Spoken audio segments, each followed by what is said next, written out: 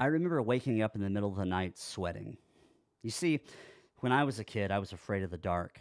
I started getting into podcast with a lot of America on the podcast Serial. It wasn't just the dark, but what I believed waited beyond what I could see. I was hooked. It was fascinating to me. I wonder what it would look like for me to take all the skills that I have that I've learned in my career and apply them towards making a podcast about my grandmother's murder.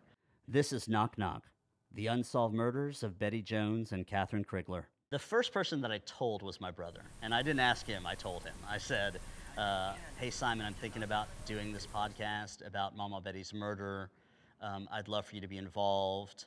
And he was extremely skeptical. I asked Mom and Dad, I said, listen, I'm thinking about doing a podcast, but I don't want to do anything if it's going to be too painful for you guys. I was shocked at how supportive my mom and dad were.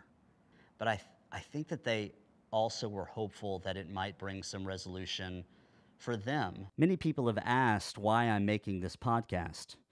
And if you want to know the truth, I'm making this podcast because what happened to Betty and Catherine is not okay.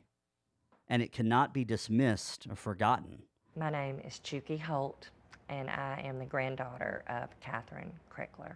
When he contacted me a year ago about this podcast, it was totally 100%, absolutely. So it just opened up this wonderful, wonderful hope in the dream that possibly somebody knows something.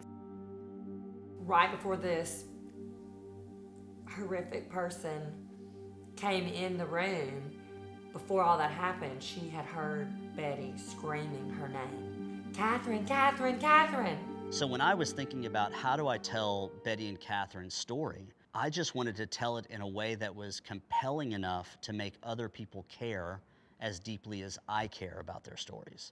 But to do this, I mean, you had to go to Starkville for the first time since you were 10 years old. Yeah, pulling up right now. I remember the most emotional moment, feeling that door handle and walking on those old wooden floors. Everything became real to me. Being here, I feel like I understand how scary that would have been. I wouldn't have in a million years thought that podcasting would be the way that I would begin to find closure about my grandmother's death.